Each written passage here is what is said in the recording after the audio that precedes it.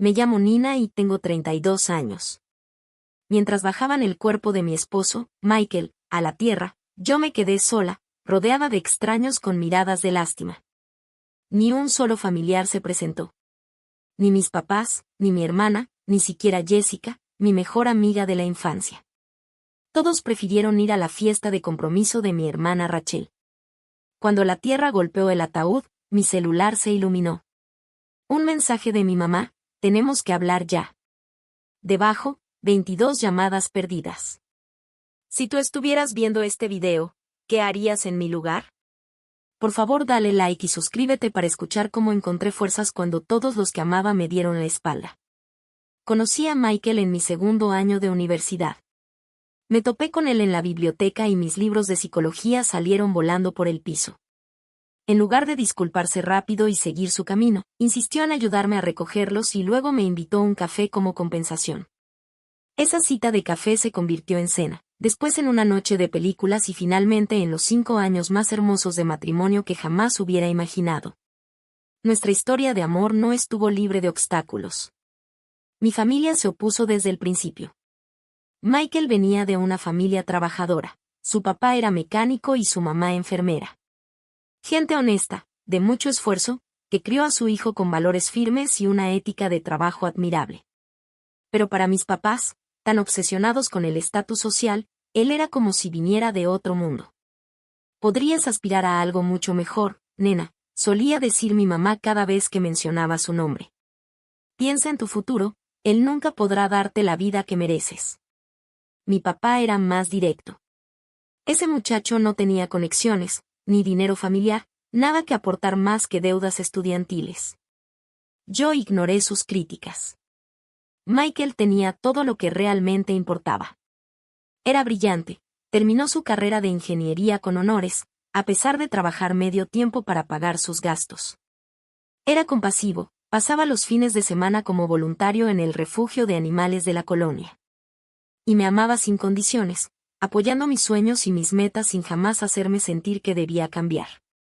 Tuvimos una boda sencilla. Michael y yo la pagamos con nuestros ahorros, rechazando la ayuda de mis papás porque sabíamos que vendría con condiciones. Mi familia asistió, pero su disgusto se notaba en sus sonrisas forzadas y en la mínima interacción con la familia de Michael. Mi hermana Rachel pasó casi toda la recepción pegada al celular, levantando la vista solo para soltar algún comentario sarcástico sobre lo modesto del lugar o lo simple de la comida. Jessica, mi dama de honor y mejor amiga desde la primaria, parecía dividida. Siempre había sido cercana tanto a Rachel como a mí, pero con el tiempo la noté inclinándose más hacia mi hermana. Ese día pasó más rato en la mesa de Rachel que conmigo. Aún así, agradecí que estuviera ahí, era uno de los pocos lazos de mi niñez que seguían intactos. Nuestro matrimonio fue todo lo que yo había soñado. Compramos un departamento pequeño, los dos trabajando de tiempo completo, yo como coordinadora de marketing y Michael como ingeniero de proyectos en una empresa de energías renovables. Viajábamos cuando podíamos darnos el lujo, explorábamos la ciudad los fines de semana y pasábamos noches tranquilas planeando nuestro futuro. Queríamos 2 hijos, una casa con jardín, tal vez un perro. Sueños normales que para nosotros eran extraordinarios porque los íbamos a construir juntos. Con cada año que pasaba, el contraste entre mi matrimonio y la vida con mi familia se hacía más evidente. Cada reunión familiar era un ejercicio de resistencia frente a comentarios disfrazados de bromas sobre el tamaño de nuestro departamento, la trayectoria de Michael en su carrera o por qué aún no teníamos hijos. Mientras tanto, Rachel no recibía más que halagos por su trabajo en un prestigioso despacho de abogados, por su creciente círculo de amistades influyentes y por su lista de novios adinerados. ¿Cuándo nos vas a dar nietos?, me preguntaba mi mamá durante las cenas familiares. 10 minutos después volteaba hacia Rachel y le decía: tómate tu tiempo para encontrar al hombre adecuado, hija. Concéntrate en tu carrera, los hijos pueden esperar. La doble moral era descarada, pero yo ya me había acostumbrado. Michael me apretaba la mano debajo de la mesa, un apoyo silencioso que valía mucho más que la aprobación de mi familia. Jessica fue testigo de todo esto. Ella había estado a mi lado desde la infancia, cuando mis logros quedaban opacados por los de Rachel. Cuando mis papás se olvidaron de ir a mi graduación de preparatoria porque coincidía con un recital de danza de mi hermana. Cuando en Navidad a mí me daban regalos prácticos mientras Rachel abría ropa de diseñador y joyas. Tu familia es dura, me admitió Jessica una vez después de una tensa cena de acción de gracias. Pero a su manera, te quieren. Yo asentí, sin creerlo realmente, pero agradeciendo su intento de consuelo. Lo que no entendía en ese entonces era cómo Jessica había empezado a ver el trato de mi familia hacia mí como algo justificado. Como poco a poco absorbió su visión de que yo, de alguna forma, merecía menos atención y cariño. Todo cambió hace 6 meses. Michael llevaba tiempo con dolores de cabeza constantes y un cansancio inusual. Pensamos que era estrés y exceso de trabajo, hasta que se desmayó una mañana mientras corría. El diagnóstico fue rápido y brutal: cáncer cerebral en etapa 4. El pronóstico, de 6 meses a 1 año con tratamiento, sin él, menos. Llamé a mis papás de inmediato, con la voz quebrada mientras compartía la devastadora noticia. «Oh, qué terrible», dijo mi mamá, con un tono que apenas transmitía una preocupación moderada. ¿Ya buscaron una segunda opinión? Los doctores siempre son tan dramáticos. Mamá, vimos a 3 especialistas. Todos dijeron lo mismo. Bueno, esas cosas a veces se resuelven solas. Mantente positiva. Ah, antes de que se me olvide, Rachel nos contó que cree que su novio le va a proponer pronto. Tal vez estemos organizando una boda. La conversación cambió de inmediato hacia la relación de Rachel. El diagnóstico terminal de mi esposo quedó olvidado en segundos. Colgué sintiéndome vacía, aunque no sorprendida. Cuando se lo conté a Jessica, su primera reacción pareció sincera. Se sorprendió, lloró y me ofreció ayuda en lo que necesitara. Pero conforme pasaron las semanas y Michael comenzó con el tratamiento agresivo, Jessica empezó a desaparecer. Siempre había un pretexto: entregas en el trabajo, compromisos familiares, problemas de salud. Prometo ir este fin de semana, me escribía, para después cancelar a última hora. Mientras tanto, Michael enfrentaba la batalla con un valor increíble. La radiación lo hacía sentir terriblemente enfermo. La quimioterapia le arrancó el cabello y le quitó 9 kilos de su ya delgada complexión. Yo pedí una licencia médica familiar, agotando nuestros ahorros para poder estar con él todos los días. Aprendí a darle sus medicinas, a manejar su dieta cuando podía comer, a limpiar cuando no lograba retener nada. Me convertí en su defensora, su investigadora, su enfermera, y aún trataba de seguir siendo su esposa, no solo su cuidadora. Durante todo eso, mi familia siguió distante. Les mandaba actualizaciones y apenas recibía respuestas breves. Rachel nunca fue a visitarlo. Mis papás vinieron una sola vez, media hora, después de que les insistí demasiado. Se quedaron parados en la sala, incómodos, y se fueron con un visible alivio. Jessica fue al hospital 2 veces.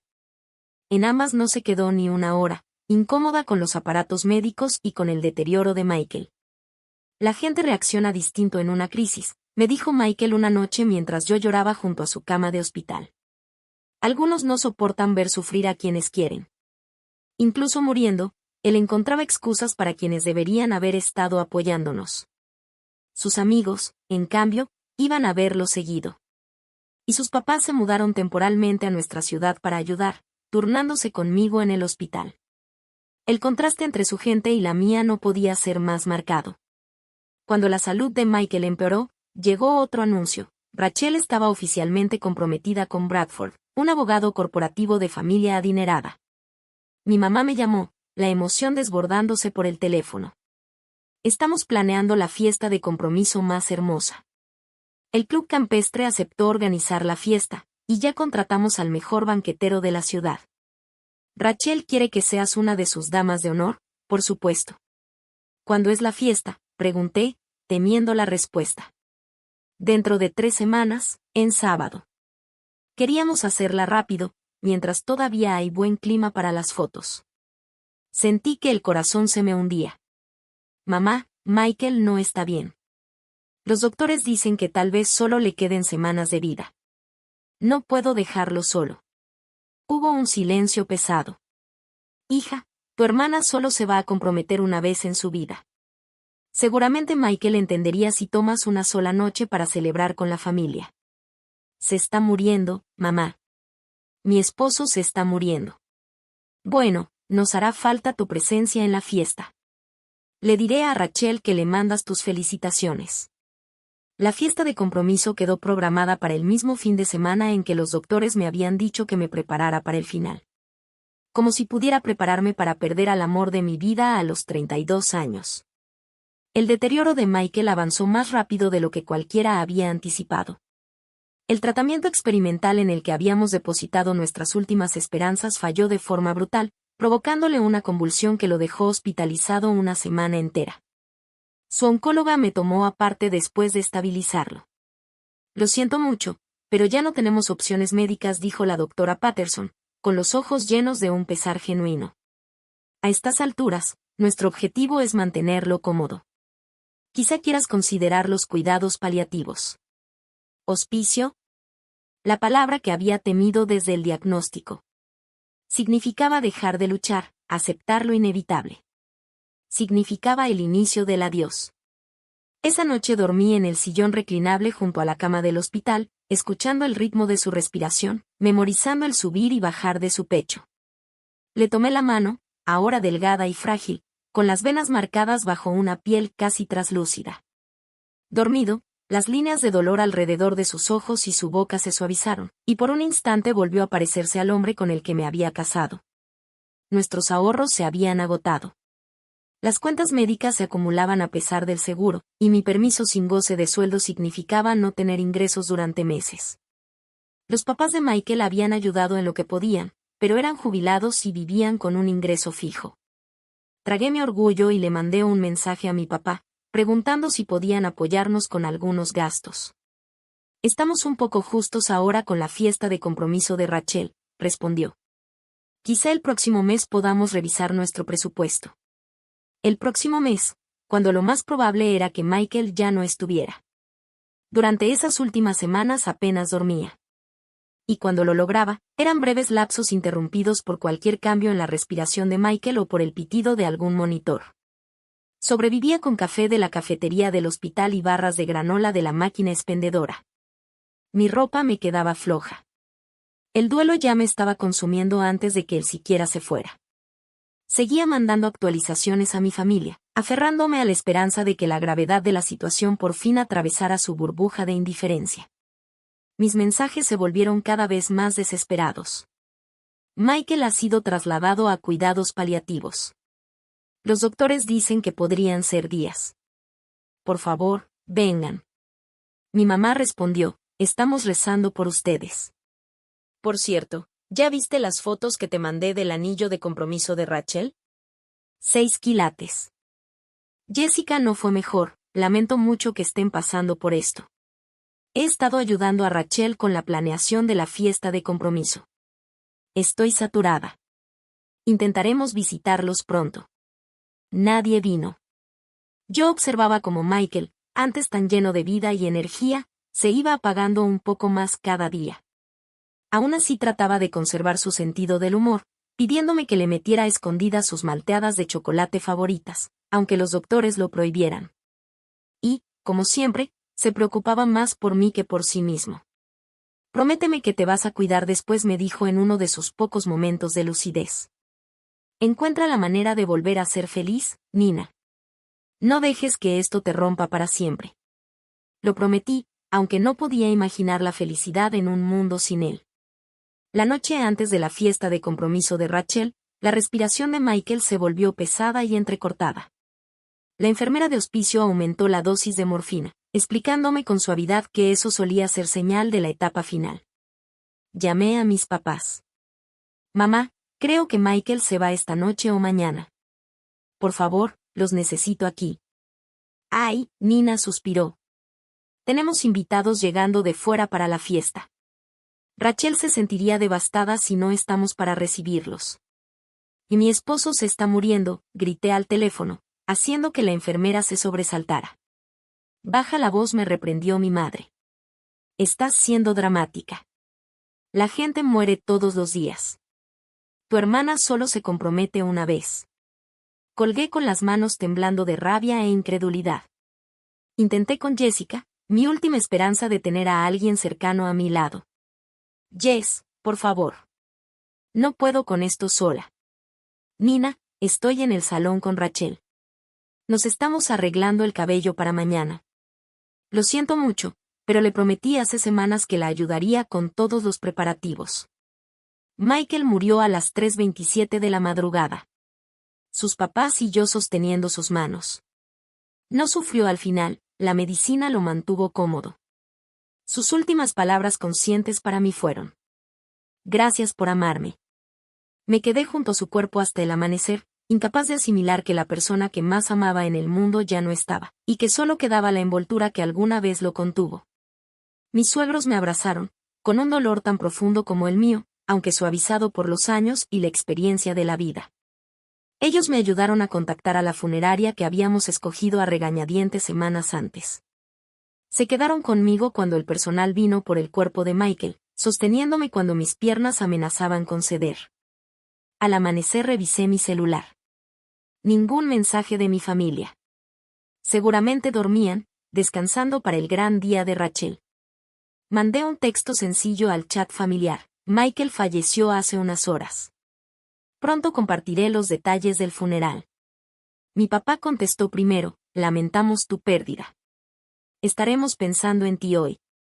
No un vamos para allá, ni un qué podemos hacer. Solo un reconocimiento frío y distante. Mi mamá: qué noticia tan triste. Avísanos sobre el funeral. Tenemos un día ocupado con los preparativos de la fiesta. Rachel no respondió nada. Jessica me mandó un mensaje privado: Dios mío, Nina, lo siento tanto, ¿quieres que vaya? Antes de que pudiera contestar, llegó otro: de hecho, le prometí a Rachel que ayudaría a decorar el lugar esta mañana, ¿puedo pasar después de la fiesta en la noche? No respondía a ninguno. Ya no quedaban palabras. Las siguientes 48 horas pasaron en un borrón de trámites y arreglos para el funeral. Michael y yo habíamos hablado de sus deseos en un raro momento de claridad, semanas antes. Quería algo sencillo: cremación, un servicio breve con su música favorita y sin tintes religiosos. Me pidió esparcir parte de sus cenizas en el lago Michigan, donde pasamos nuestro primer aniversario. El director de la funeraria fue amable, aunque formal, mientras repasábamos las opciones: ataúd o urna para cremación. ¿Urna cuál? ¿Y un folleto conmemorativo? ¿Quería publicar un obituario? Cada decisión se sentía imposible, definitiva de una forma que desgarraba aún más mi corazón ya hecho pedazos. Los papás de Michael me ayudaron en lo que pudieron, pero al final respetaron que esas eran decisiones mías, de su esposa. Elegí un ataúd sencillo de madera para el velorio, una urna de cerámica azul que combinaba con sus ojos, y aprobé un obituario que me pareció terriblemente insuficiente para resumir una vida tan extraordinaria. Truncada demasiado pronto. Programé el funeral para el martes, 3 días después de su muerte. Parecía un espacio prudente tras la fiesta de compromiso de Rachel el sábado. Seguramente ahora mi familia asistiría, ya que su preciada celebración había terminado. Creé un evento en Facebook con los detalles del funeral y etiqueté a todos los familiares. Envié un mensaje grupal con la misma información. Incluso mandé correos directos a mis papás y a Jessica, incluyendo un mapa de la funeraria. Las respuestas llegaron poco a poco. Mi mamá: haremos lo posible por estar ahí. Rachel está agotada por la fiesta, pero sabemos que esto también es importante. Mi papá: voy a revisar mi calendario y te aviso. Rachel: un emoji de pulgar arriba. Nada más. Jessica: claro que voy a estar ahí temprano para ayudarte a organizar todo. Solo dime qué necesitas. Te quiero. Quise gritar. Mi esposo había muerto a los 34 años. Todo mi mundo se había derrumbado. Y mi hermana estaba agotada por su fiesta. Mi papá tenía que revisar su calendario. Solo la respuesta de Jessica me dio algo de consuelo, aunque la experiencia ya me había enseñado a no esperar demasiado. El lunes elegí la ropa con la que enterrarían a Michael, el traje azul que había usado en nuestra boda, ahora colgando flojo donde antes le quedaba perfecto. Pasé mis dedos por la tela, recordando lo guapo que se veía ese día, cómo se le llenaron los ojos de lágrimas cuando caminé hacia el altar. Esa tarde me llamó Jessica. Nina, lamento tanto todo. La fiesta fue agotadora y me siento fatal de no haber estado contigo cuando pasó. Pero te prometo que mañana estaré en el funeral desde temprano. ¿Quieres que vaya esta noche? Podemos tomar vino y platicar. No respondí con la voz apagada. Necesito estar sola hoy. Lo entiendo. Entonces te veo mañana. A las 8 en punto, ¿sí? Llevaré café. Por primera vez en días sentí un leve alivio. Al menos alguien de mi vida pasada estaría a mi lado. El martes amaneció gris y lluvioso, un clima acorde al día más oscuro de mi vida. Me vestí de manera mecánica con el vestido negro que había comprado en línea 2 días antes, me puse un maquillaje mínimo y conduje hacia la funeraria. Los papás de Michael me esperaban ahí, su madre me abrazó fuerte. Estamos aquí para ti, cariño. Hoy y siempre me susurró. Revisé mi celular. 8:15 de la mañana. Ninguna señal de Jessica. Ningún mensaje de mi familia. Le mandé un texto rápido, ¿ya vienes en camino? 8:30, el director de la funeraria se acercó con delicadeza. Señora Wilson, deberíamos prepararnos para recibir a los invitados. ¿Quiere un momento a solas con su esposo antes? Asentí, siguiéndolo hasta la sala donde estaba el ataúd de Michael. Estaba rodeado de flores, en su mayoría de colegas y amigos. Un gran arreglo de sus padres. Un pequeño ramo que yo misma había escogido, rosas blancas mezcladas con no me olvides, sus favoritas. Nada de mi familia. Ni siquiera una tarjeta de pésame. 9. Llegaron los primeros asistentes.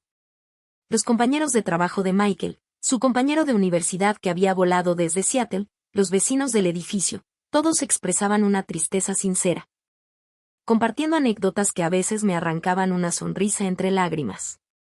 9:30, todavía nada de Jessica, nada de mi familia. Mi teléfono seguía en silencio. El servicio comenzó a las 10. Me senté en la primera fila entre los padres de Michael, con plena conciencia de los asientos vacíos que habíamos reservado para los míos. El celebrante habló con gran sensibilidad sobre la vida de Michael, sus logros, su carácter. Sus amigos compartieron recuerdos. Su jefe habló de sus aportaciones a los proyectos de energía renovable, de cómo su trabajo seguiría beneficiando a comunidades durante décadas. Cuando llegó mi turno de hablar, casi no pude hacerlo. De pie frente a la gente de Michael porque eran de él, no mía la ausencia de mi propia familia me dolía como una herida abierta. Pero le había prometido a Michael que sería fuerte. Desdoblé mis notas preparadas y empecé a hablar del hombre que había transformado mi vida, que me había mostrado lo que significaba el amor incondicional. Al concluir el servicio, mi teléfono vibró. Una notificación de redes sociales. Rachel había publicado fotos de su fiesta de compromiso. Debí ignorarlo, pero un impulso masoquista me hizo mirar. Ahí estaban, mis padres sonriendo al lado de Rachel y Bradford, Jessica levantando una copa en un brindis. Todos vestidos de gala, celebrando como si nada más en el mundo importara, y quizá, para ellos, así era. La hora marcada en las fotos no era del sábado, sino de ayer. La fiesta al parecer se había extendido varios días. Mientras yo elegía la urna de mi esposo, ellos desayunaban en un restaurante de lujo. Mientras yo escribía su obituario, ellos descorchaban champaña. Después nos trasladamos al panteón para el entierro. El pequeño cortejo de autos avanzó por la ciudad hasta llegar a los terrenos silenciosos donde Michael descansaría. Cuando bajaron el ataúd, me quedé sola al borde de la tumba. Los papás de Michael se hicieron un poco hacia atrás, dándome espacio para una última despedida en privado. La lluvia caía suave, mezclándose con mis lágrimas. Susurré las palabras que le había dicho cada noche durante 5 años. Te amo más que ayer, menos que mañana. Cuando la primera palada de tierra golpeó el ataúd, la pantalla de mi celular se iluminó. Un mensaje de mi mamá, necesitamos hablar ahora. Debajo, 22 llamadas perdidas de mamá, papá, Rachel y Jessica, todas en la última hora. Apagué el teléfono y me quedé viendo cómo enterraban a mi esposo. La casa se sintió más vacía que nunca al volver del panteón. Los papás de Michael me habían ofrecido quedarse, pero necesitaba estar sola con mi dolor. Caminé por los cuartos como un fantasma, tocando sus cosas, aspirando el aroma ya desvanecido de su almohada. Cuando por fin encendí el celular otra vez, empezó a vibrar de inmediato con notificaciones, mensajes de voz, textos, llamadas perdidas. Empecé con los de mi mamá. Nina, sentimos muchísimo no haber podido ir al funeral. Rachel no se sentía bien esta mañana después de la fiesta. Por favor, llámanos cuando leas esto. Estamos preocupados por ti. Tu papá y yo nos sentimos terriblemente mal. Queríamos estar ahí, pero las circunstancias nos lo impidieron. Los mensajes de mi papá eran parecidos, llenos de excusas vagas y disculpas a medias. No podíamos quedar mal con la familia de Rachel y Bradford saliéndonos temprano del brunch post-compromiso. Los textos de Jessica eran más numerosos, cada vez más desesperados. Nina, lo siento muchísimo. Me quedé dormida después de la fiesta. ¿Estás recibiendo esto? Por favor, contesta. Sé que debes odiarme en este momento. No tengo excusa.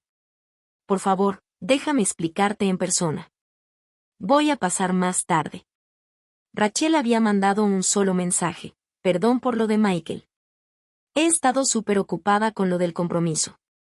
Espero que el funeral haya salido bien. Dejé el celular a un lado, demasiado agotada emocionalmente para responderle a nadie. ¿Qué podrían decir para justificar haberse perdido el funeral de mi esposo por una fiesta de compromiso que al parecer se había convertido en una celebración de 3 días?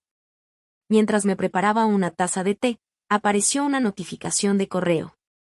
Era de Timothy, uno de los colegas de Michael que había asistido al funeral. La línea de asunto decía: tienes que ver esto. Lo abrí y encontré un archivo de video adjunto. El mensaje de Timothy era breve. Por casualidad estuve en el Gran Hotel ayer para un almuerzo de negocios. Tu familia estaba ahí celebrando el compromiso de tu hermana. Pensé que debías saber lo que se dijo. Lo siento mucho, Nina. Con las manos temblorosas, reproduje el video. Mostraba la terraza al aire libre del hotel, decorada con flores y globos. Mi familia estaba sentada en una mesa grande, con copas de champaña en la mano. Bradford estaba de pie, aparentemente dando un brindis. El video había sido tomado a lo lejos, pero el audio se escuchaba sorprendentemente claro. Bradford terminó su discurso y entonces Rachel se levantó, algo mareada por el alcohol, a juzgar por sus movimientos inseguros. Quiero agradecerles a todos por venir a celebrar con nosotros, dijo, radiante. Especialmente a mis papás, que organizaron esta fiesta increíble a pesar del drama de mi hermana. Risas recorrieron el grupo. Pero en serio, continuó Rachel. Na siempre tiene algún problema encima. Primero casándose con ese ingenierillo don nadie en contra de todos los consejos, y ahora haciendo de su enfermedad el centro de atención durante mi compromiso. Mi mamá le dio una palmada en el brazo a Rachel, pero no la contradijo. Mi papá asintió con la cabeza. Gracias a Dios que todos priorizaron lo que de verdad importa, dijo alguien. Rachel levantó su copa. Por la familia que está presente en lo que realmente cuenta. La cámara giró un poco y alcancé a ver a Jessica riéndose y chocando su copa con la de Rachel. Nina siempre fue la reina de la exageración, añadió con voz lo bastante fuerte para que todos la escucharan. ¿Se acuerdan cuando pensó que merecía ser la mejor alumna en la prepa? ¿O cuando actuó como si su graduación de la universidad fuera la gran cosa? Más risas. Mi madre se inclinó hacia Jessica. Anoche llamó diciendo que Michael estaba muriendo en ese preciso momento y que todos teníamos que salir corriendo, justo la noche antes de la fiesta de Rachel. ¡Qué falta de consideración! Detuve el video sintiéndome físicamente enferma. No es que hubieran faltado al funeral por mala organización, habían decidido conscientemente seguir de fiesta, burlándose de mi pérdida y de mi dolor. Con los dedos temblorosos, revisé mi historial de mensajes con Jessica. 3 semanas antes, ella me había preguntado por el pronóstico de Michael. Le respondí con la verdad, que los doctores esperaban que se fuera muy pronto, tal vez en cuestión de días. Al día siguiente, Rachel había anunciado la fecha de su fiesta de compromiso, justo dentro de esa ventana. No había sido casualidad. Rachel había programado su fiesta a propósito sabiendo que mi esposo podía estar muriendo, y mis papás y mi mejor amiga se habían prestado al juego. Me descubrí revisando mensajes aún más viejos, años atrás, viendo una y otra vez el mismo patrón: desprecio, minimizar mis logros, poner siempre por encima los caprichos de Rachel. Michael lo había visto claro desde el principio. Ellos no te tratan con el respeto básico, me dijo en los primeros meses de nuestra relación. Yo lo había defendido entonces, inventando excusas para su comportamiento. Al caer la noche, recibí otro mensaje de mi mamá. Tu papá y yo queremos hablar contigo sobre el fideicomiso familiar. Estamos haciendo unos cambios y necesitamos tu firma, ¿puedes venir mañana? Marqué a Susan, una colega que se había vuelto amiga durante la enfermedad de Michael. Ella había estado en el funeral esa mañana y me había ofrecido compañía si la necesitaba. ¿Sabes algo de fideicomisos familiares?, le pregunté apenas contestó. Mi esposo es abogado de bienes y herencias. ¿Por qué? Mis papás quieren que firme algo sobre cambios en el suyo. Y justo hoy. La voz de Susan se volvió precavida. No firmes nada sin leerlo con cuidado, Nina. Y menos ahora, estando vulnerable. ¿Quieres que Richard lo revise por ti? ¿De veras no le molestaría? Claro que no. Siempre dice, duelo y documentos legales son una combinación peligrosa. Antes de poder responder, sonó el timbre. Por la mirilla vi a Jessica en el pórtico, con flores y una botella de vino en las manos. Alguien está en mi puerta, te marco luego, le dije rápido a Susan. Pensé en no abrir, pero una parte de mí quería el enfrentamiento. Lo necesitaba. Abrí la puerta, pero me quedé bloqueando la entrada. Jessica tenía los ojos rojos y el maquillaje corrido. Nina, estoy tan arrepentida. Por favor, déjame explicarte. ¿Explicarme qué? ¿Qué preferiste una fiesta en lugar de acompañarme al funeral de mi esposo? ¿Qué te reíste mientras mi hermana se burlaba de mi marido moribundo? Su rostro se puso pálido. ¿De qué hablas? Vi el video, Jessica. Del brunch de ayer. Escuché lo que dijiste de mí. Eso fue, yo solo estaba siguiendo la corriente. Tú sabes cómo se pone Rachel cuando no estás de acuerdo con ella. No lo se le solté, con la voz firme, porque yo no traiciono a la gente que amo solo para ganarme el favor de otros. La expresión de Jessica se endureció un poco. Siempre has sido tan crítica, Nina. Tan perfecta, tan mártir. Rachel tiene razón. Haces que todo gire en torno a ti. Y mi esposo murió, grité, sin importarme si los vecinos escuchaban. Murió, y a ninguno de ustedes le importó lo suficiente para estar ahí. Ni en el peor momento de mi vida. Si nos importaba, solo que, se le quebró la voz. Solo que tenían cosas más importantes que hacer, como brindar con champaña y reírse a mis costillas. Nina, por favor. Hemos sido amigas por 20 años. No tires eso a la basura. La que lo tiró fuiste tú, no yo, respondí de golpe, con una calma helada. Vete, por favor. Tu familia está preocupada por ti. Me mandaron a checarte, a llevarte a casa. Estoy en mi casa. Y ellos ya no son mi familia. Tú tampoco. Cerré la puerta ante sus protestas y me recargué contra ella mientras los sollozos me sacudían el cuerpo. La última ilusión se había hecho pedazos. Ahora sí estaba completamente sola, abandonada por todos los que se suponía debían quererme desde que nací. Esa noche fue la más oscura de mi vida. Más que la noche en que Michael murió. Porque entonces aún creía que tenía a alguien a quien recurrir. Ahora sabía la verdad. A la mañana siguiente desperté con más llamadas perdidas y un mensaje de mi papá. Vamos a ir a las 11. Tenemos que resolver esta situación. No respondí, pero sabía que vendrían de todas formas. Por primera vez agradecí que Michael hubiera insistido en instalar el sistema de cámaras de seguridad. Podría ver quién estaba afuera antes de abrir. A las 10:45 llamé a Richard, el esposo de Susan, quien amablemente había revisado los documentos del fideicomiso que mis papás habían mandado por correo la noche anterior. Nina, me alegra que me lo hayas pasado, dijo con tono grave. Esta modificación básicamente te elimina del fideicomiso familiar por completo, redirigiendo tu parte a Rachel. Necesitan tu firma porque el documento original establecía una distribución equitativa entre las dos hijas. Quieren que renuncie a mi herencia justo un día después del funeral de mi esposo. La profundidad de su frialdad seguía sorprendiéndome. No lo firmes, me había advertido Richard. De hecho, te recomiendo que, de ahora en adelante, cualquier asunto financiero con tu familia lo revises siempre con tu propio abogado. A las 11 en punto, sonó el timbre. La cámara de seguridad mostraba a mis papás, a Rachel y a Jessica parados en el porche. Respiré hondo y abrí la puerta. Por fin, dijo mi madre, empujándome a un lado para meterse directo a la sala. Llevamos días tratando de localizarte. 24 horas, la corregí. Michael ha estado muerto exactamente 24 horas. No seas melodramática, resopló Rachel, dejándose caer en mi sillón. Todos sabíamos que estaba enfermo desde hace meses. Tuviste tiempo suficiente para prepararte. Al menos mi papá tuvo la decencia de verse incómodo. Jessica se quedó cerca de la puerta, sin poder sostenerme la mirada.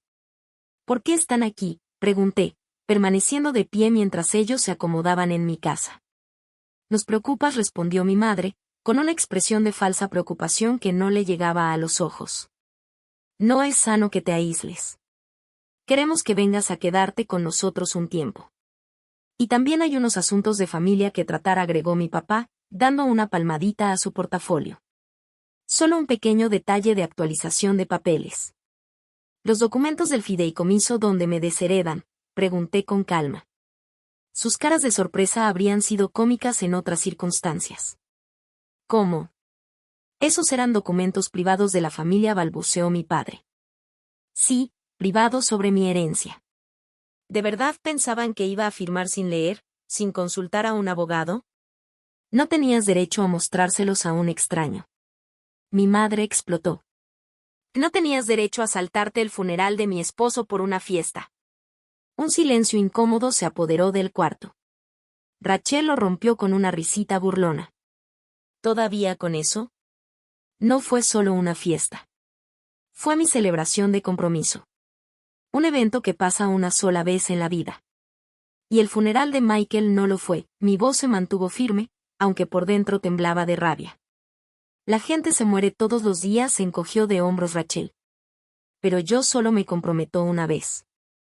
De hecho, estadísticamente hablando, con tu historial y tu actitud, probablemente te comprometas varias veces, repliqué. El rostro de Rachel se puso rojo de furia. ¿Cómo te atreves?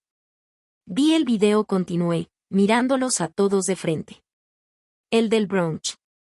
Escuché lo que dijeron sobre Michael y sobre mí. El semblante de mi madre palideció. ¿Qué video? Saqué mi celular y lo reproduje. Sus expresiones cambiaron de confusión a vergüenza y luego a defensiva mientras sus propias palabras llenaban la sala. Cuando terminó, mi padre habló primero. Eso está sacado de contexto. ¿Qué contexto podría hacer aceptable burlarse de mi esposo moribundo, reírse de mi dolor? Le solté. Nena, no quisimos, empezó Jessica. Claro que sí quisieron. Cada palabra. Así son realmente, lo han sido siempre. Me levanté, caminé hasta mi laptop y abrí una carpeta. He estado pensando mucho en la dinámica de nuestra familia desde que Michael enfermó, en cómo me han tratado toda mi vida en comparación con Rachel. Así que empecé a llevar un registro. Giré la pantalla hacia ellos. Aquí están todos los cumpleaños y navidades donde Rachel recibió regalos caros y yo cosas prácticas. Aquí los eventos escolares a los que nunca fueron míos, pero sí a los de ella. Aquí las veces que ignoraron mis logros mientras aplaudían los suyos. 28 años de patrones constantes. Esto es ridículo, bufó mi madre. Estás actuando como una niña llevando la cuenta. No, dije con firmeza. Estoy actuando como alguien que por fin ve la verdad. Ustedes nunca me han querido como quieren a Rachel. Yo siempre fui la sobra, la obligación.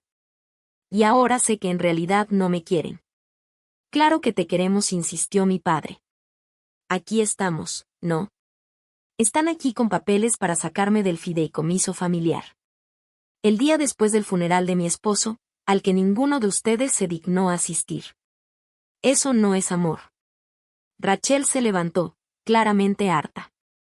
¿Podemos acabar con esto ya, Na? Solo firma los papeles. No es como si necesitaras el dinero, con el seguro de vida de tu marido. La crueldad tan casual de su comentario dejó incluso a mis padres en silencio. Lárguense, dije en voz baja. Todos, fuera de mi casa. Na, sé razonable, intentó mi madre. Que se larguen, grité, dejando salir años de rabia contenida. He sido razonable toda mi vida. Aceptando ser la segunda, la ignorada, la minimizada. Ya no más.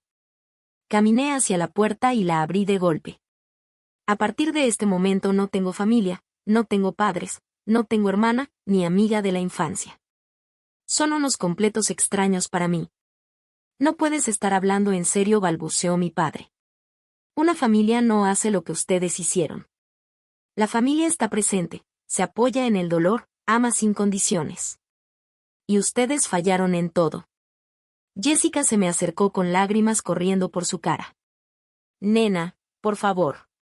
Sé que la regué horrible, pero 20 años de amistad tienen que valer de algo.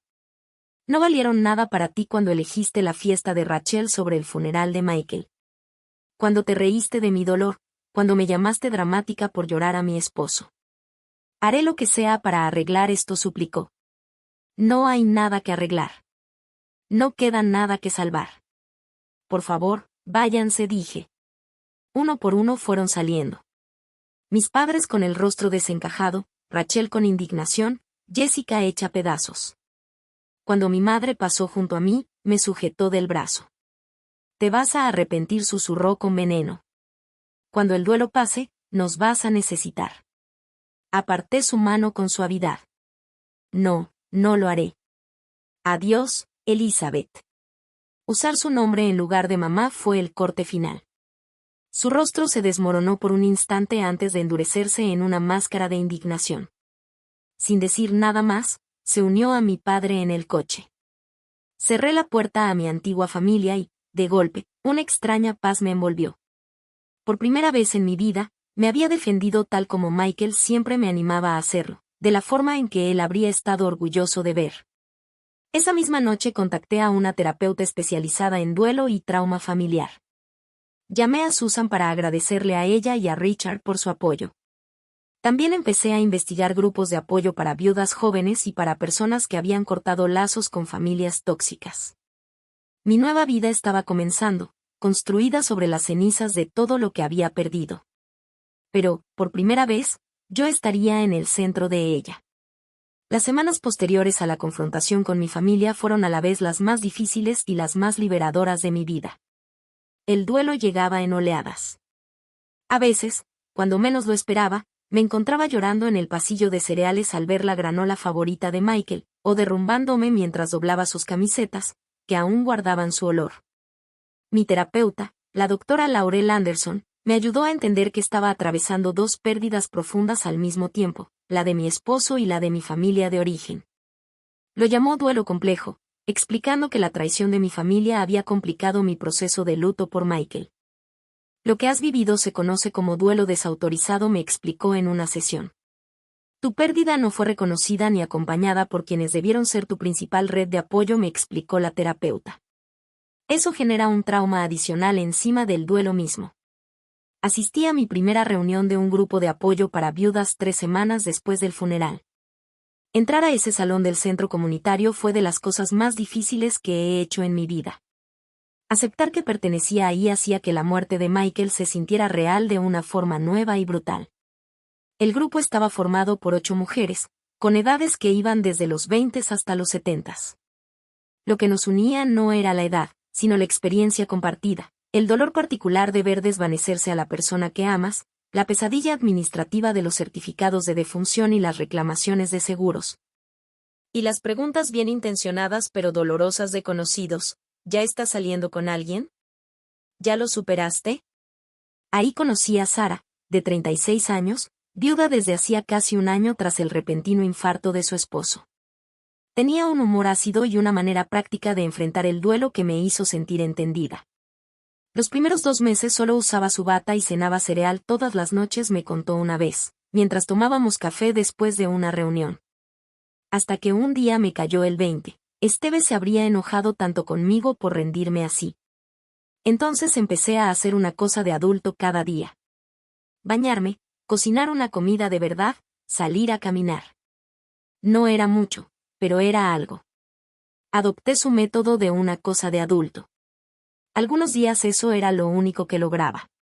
Otros, me sorprendía a mí misma avanzando más.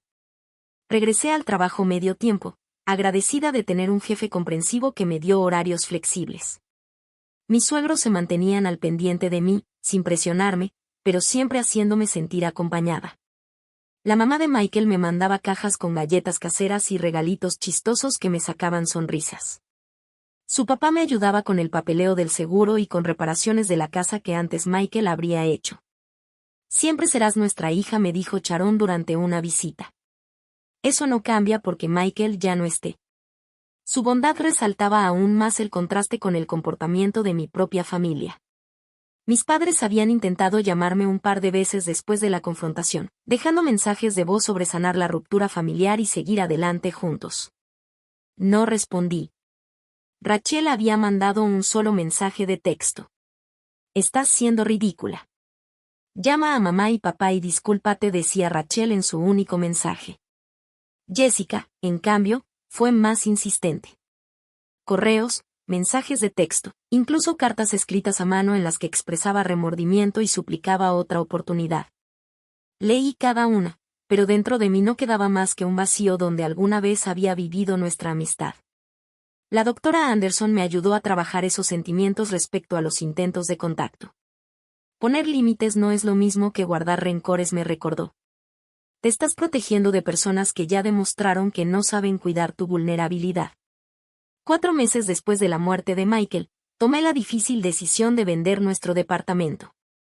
Cada rincón guardaba recuerdos, hermosos y dolorosos a la vez. Encontré un lugar más pequeño al otro lado de la ciudad, cerca de un parque al que solíamos ir. El día que empaqué nuestra recámara, descubrí un sobre cerrado en el cajón de su buró. Dentro había una carta escrita durante sus últimas semanas, cuando aún tenía fuerzas para sostener una pluma. Mi queridísima nena, comenzaba. Si estás leyendo esto, ya me he ido y estás enfrentando la vida sin mí. Lamento tanto dejarte. Amarte ha sido la mayor alegría y el privilegio más grande de mi vida. Sus palabras se extendían por 3 páginas, recordando momentos que habíamos compartido, animándome a buscar la felicidad de nuevo, y expresando su absoluta confianza en mi fortaleza y resiliencia. Eres mucho más fuerte de lo que crees, escribió. Te he visto doblarte, pero nunca romperte bajo el peso de la indiferencia de tu familia. Ahora espero que uses esa fuerza para ti misma, no solo para resistir, sino para florecer, para construir una vida llena de personas que vean tu hermoso corazón como yo siempre lo vi. Apreté la carta contra mi pecho, llorando, pero al mismo tiempo sintiendo una conexión profunda con él. En esas palabras, él seguía guiándome, seguía amándome, seguía creyendo en mí. Esa carta se convirtió en mi talismán. Llevaba la carta conmigo a las sesiones de terapia, a los grupos de apoyo, en esos días difíciles en los que el duelo amenazaba con arrastrarme. La fe de Michael en mí se convirtió en el cimiento sobre el cual poco a poco fui reconstruyendo mi vida. 6 meses después de perderlo, me uní a un programa de voluntariado en el hospital donde él había recibido tratamiento. 2 veces por semana me sentaba con pacientes de cáncer durante la quimioterapia, ofreciéndoles conversación o simplemente compañía en silencio. Al principio fue doloroso, porque despertaba recuerdos de la lucha de Michael. Pero con el tiempo, se volvió sanador transformar mi pérdida en apoyo para otros que enfrentaban batallas similares. Gracias al voluntariado conocí a Elaine y Frank, un matrimonio de unos 60 años que había perdido a su hijo por cáncer hacía 5. Me acogieron como si fuera parte de su familia, invitándome a sus cenas de domingo y dándome un cariño parental que nunca se sintió forzado ni condicionado. El duelo conecta a la gente de formas extrañas, me dijo Elaine una tarde mientras lavábamos los trastes juntas. Es como entrar a un club al que nadie quiere pertenecer, pero una vez dentro, encuentras una familia que nunca supiste que tenías. Por esas fechas también descubrí un talento para escribir sobre el duelo y la sanación. Lo que empezó como simples entradas en mi diario se convirtió en un blog que resonó con muchas personas que atravesaban pérdidas. La comunidad que se formó alrededor de esos escritos se volvió otra fuente de conexión y apoyo. Mis suegros vinieron para el primer aniversario de la muerte de Michael. Juntos fuimos al lago Michigan y esparcimos parte de sus cenizas, tal como él había pedido. El día estaba despejado y luminoso, el agua de un azul brillante que combinaba con la urna que había elegido. A él le hubiera encantado este día, dijo su padre, pasando un brazo por mis hombros mientras observábamos cómo las cenizas se fundían con el agua. Y estaría orgulloso de ti, añadió su madre. De cómo has seguido adelante, dijo. Yo asentí, incapaz de hablar por el nudo en la garganta. Pero por primera vez, el duelo se sentía manejable. No se había ido, nunca se iría, pero ya estaba entretejido en el tejido de mi vida en lugar de consumirlo todo. Esa misma noche recibí un correo de mi madre. La línea de asunto decía, emergencia familiar. El mensaje era breve, tu padre tuvo un infarto. La boda de Rachel se pospone. Necesitamos tu ayuda con las cuentas médicas. Por favor, llama. Mi dedo estuvo a punto de presionar el botón de borrar, pero la curiosidad me hizo buscar información en Internet. Un artículo local confirmó que mi padre se había sufrido un infarto, aunque parecía menos grave de lo que el correo de mi madre insinuaba. Otro artículo mencionaba que el prometido de Rachel, Bradford, había cancelado el compromiso en medio de rumores de irregularidades financieras en su despacho de abogados. Por un instante consideré responder. Pero enseguida recordé el video donde se reían de la enfermedad de Michael, su ausencia en su funeral, su intento de excluirme del fideicomiso familiar. En lugar de llamar, investigué programas de asistencia financiera para gastos médicos y envié la información al correo de mi madre, sin ningún mensaje personal. Jessica había dejado de buscarme hacía meses, pero Sara se la encontró en una cafetería y me contó lo ocurrido. Preguntó por ti, dijo que te extraña, pero entiende por qué cortaste contacto. Además, ella y tu hermana tuvieron una especie de pleito. Asentí, sintiendo una tristeza lejana, pero sin ningún deseo de retomar el contacto. Hay puentes que, una vez quemados, no pueden ni deben reconstruirse. Con el cambio de estaciones, yo también cambié. La mujer que se había quedado sola frente a la tumba de su esposo seguía siendo parte de mí, pero ya no lo era todo. Había construido una vida de la que Michael estaría orgulloso, rodeada de personas que me valoraban exactamente por quien soy. Todavía le hablaba a veces, sobre todo en las noches. Le contaba cómo había estado mi día, mis pequeñas victorias y tropiezos, los nuevos amigos que había hecho. En mi corazón podía escuchar su ánimo, su risa, su amor. Tenías razón, le susurré a su foto en mi buró. Soy más fuerte de lo que creía. En el segundo aniversario de la muerte de Michael, pedí el día libre y manejé hasta el panteón.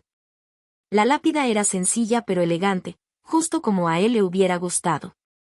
Coloqué flores frescas a un lado y me senté en la pequeña banca que había mandado poner cerca. 2 años, amor, dije en voz alta, sin sentir ya pena por hablarle. A veces parece que fue ayer y a veces que fue en otra vida. Tantas cosas habían cambiado desde aquel día lluvioso en el que me quedé sola mientras bajaban su ataúd. Me había mudado a una casa acogedora con un jardín donde cultivaba verduras y flores. Me habían ascendido en el trabajo y había empezado a dar un taller de apoyo en duelo en el centro comunitario. Tenía amigos que me llamaban solo para ver cómo estaba, que recordaban el cumpleaños de Michael y nuestro aniversario, que entendían que mi duelo siempre sería parte de mí, pero no lo que me definiera. No había hablado con mis papás ni con Rachel en esos 2 años. Mi madre todavía mandaba correos de vez en cuando, sobre todo cuando necesitaban algo, pero ya no me sentía culpable por mantener mi distancia. La familia que me había fallado en mi hora más oscura había perdido el privilegio de estar en mi vida. Mientras reflexionaba, vi acercarse a una figura familiar por el sendero del cementerio. Jessica, nerviosa, con un pequeño ramo de flores en las manos. Se detuvo al verme, insegura de si debía seguir avanzando o dar la vuelta. «Puedo regresar otro día», dijo. «Está bien», respondí, sorprendiéndome a mí misma. «Puedes ponerlas aquí». Colocó sus flores junto a las mías y se quedó de pie, incómoda, antes de hablar. «Vengo cada año. No esperaba encontrarte hoy». «¿Visitas la tumba de Michael?», pregunté, genuinamente sorprendida. Jessica asintió. «Sé que no compensa a él no haber estado en el funeral». «Nada podría hacerlo», respondí, pero quise rendirle respeto, reconocerlo como se merecía y recordarme a mí misma el peor error que he cometido. Por primera vez en 2 años, miré de verdad a mi ex mejor amiga. Se veía más grande, más apagada. Aquella Jessica siempre arreglada y preocupada por la moda había sido reemplazada por alguien más auténtica, menos pendiente de las apariencias. «¿Cómo has estado?», pregunté, sin sentirme lista aún para hablar de temas más profundos. «Diferente», dijo después de una pausa. «Rachel y yo tuvimos una pelea enorme después de todo lo que pasó. Ella esperaba que me pusiera completamente de su lado y ya no pude hacerlo. Eso me hizo darme cuenta de lo tóxica que se había vuelto nuestra amistad». «¿Y qué pasó con su compromiso?». «Escuché que lo cancelaron». Jessica suspiró. La firma de Bradford estaba bajo investigación por fraude.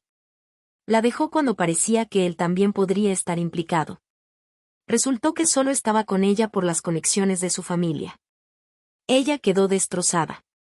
«¿Y mis papás?», pregunté, sorprendida de escucharme a mí misma con curiosidad. «Tu papá se recuperó del infarto. Tuvieron que mudarse a una casa más pequeña por las cuentas médicas. Tampoco me hablan desde que me negué a cortar por completo a Rachel». Nos quedamos en silencio unos minutos, con el peso de nuestra historia compartida y las relaciones fracturadas flotando entre nosotras. «Lo siento», Nina, dijo al fin Jessica. «De verdad, lo siento mucho. No solo por no haber estado en el funeral, sino por todos esos años en los que no fui la amiga que merecías. Por haberme dejado atrapar en la órbita de Rachel y olvidar lo que significa una amistad de verdad». La miré fijamente, buscando sinceridad en su rostro, y la encontré. «Gracias por decirlo. No espero que me perdones ni que las cosas vuelvan a ser como antes. Solo quería que supieras que reconozco lo mucho que te fallé, y que perder tu amistad ha sido la consecuencia más dura de mis acciones». Platicamos casi 1 hora, poniéndonos al corriente de nuestras vidas, pero también reconociendo el dolor y la traición que nos habían separado. Jessica también había estado en terapia, trabajando sus propios problemas familiares y esa tendencia de buscar la aprobación de la gente equivocada a cualquier precio. «Michael estaría asombrado de la mujer en la que te has convertido», me dijo mientras nos preparábamos para irnos. «Él siempre vio tu fortaleza, incluso cuando tú no podías verla». «Sí, la vio», respondí, acariciando suavemente la lápida. «Él me enseñó lo que significa el amor verdadero, y gracias a ese amor tuve el valor de exigir más de todos los demás en mi vida». Antes de despedirnos, intercambiamos números de teléfono. No hubo promesas, pero sí una puerta entreabierta que había permanecido cerrada por 2 años. Esa noche, organicé una pequeña cena en mi casa. Sara y su nuevo novio, Elaine y Frank, una pareja de mi grupo de apoyo, y Susan y Richard, quienes me habían ayudado en los días más duros tras la muerte de Michael. Mientras compartíamos la comida y la risa llenaba mi hogar, sentí la presencia de Michael en la calidez de aquel encuentro. Más tarde, cuando todos se habían ido, me senté en mi jardín bajo las estrellas y pensé en el camino de estos últimos 2 años. Había perdido a mi esposo y a mi familia de origen. Había soportado la traición y el abandono, sentí un dolor que jamás imaginé poder sobrevivir. Y aún así, aquí estaba, no solo sobreviviendo, sino creando una vida con sentido y con conexiones reales. La lección más profunda que aprendí fue que la familia no se define por la sangre ni por los lazos legales. La familia está formada por las personas que aparecen cuando más las necesitas. Quienes saben sostener tu dolor sin querer arreglarlo o minimizarlo. Quienes celebran tus alegrías sin envidia ni condiciones. También aprendí que poner límites no es egoísmo, sino una necesidad. Que perdonar no siempre significa reconciliarse. Que hay relaciones demasiado dañadas para repararse, y eso está bien. Lo más importante fue descubrir mi propia resiliencia. La fuerza que Michael siempre vio en mí finalmente se volvió visible para mí misma. Llevo su amor no como una carga de dolor, sino como un regalo que sigue sosteniéndome y guiándome. Mientras las estrellas brillaban en lo alto, susurré al cielo nocturno. Gracias por amarme, Michael, por mostrarme lo que merezco. Estoy construyendo una vida hermosa, justo como tú querías para mí. Una brisa suave agitó las hojas y, por un momento, me sentí abrazada por algo más grande que yo. No sola, nunca del todo sola. Si estás leyendo esto y luchas con relaciones familiares tóxicas o con el duelo, quiero que sepas que la sanación es posible. No ocurre de la noche a la mañana y el camino no es lineal, pero puedes construir una vida llena de amor auténtico y conexión verdadera. ¿Alguna vez has tenido que poner límites a familiares que te lastimaron? ¿Cómo encontraste el valor para ponerte en primer lugar? Comparte tu historia en los comentarios. Y si este mensaje resonó contigo, suscríbete para seguir escuchando más relatos de resiliencia y sanación. Recuerda, la familia que eliges puede ser más significativa que aquella en la que naciste. Gracias por escucharme y te deseo fortaleza en tu propio camino.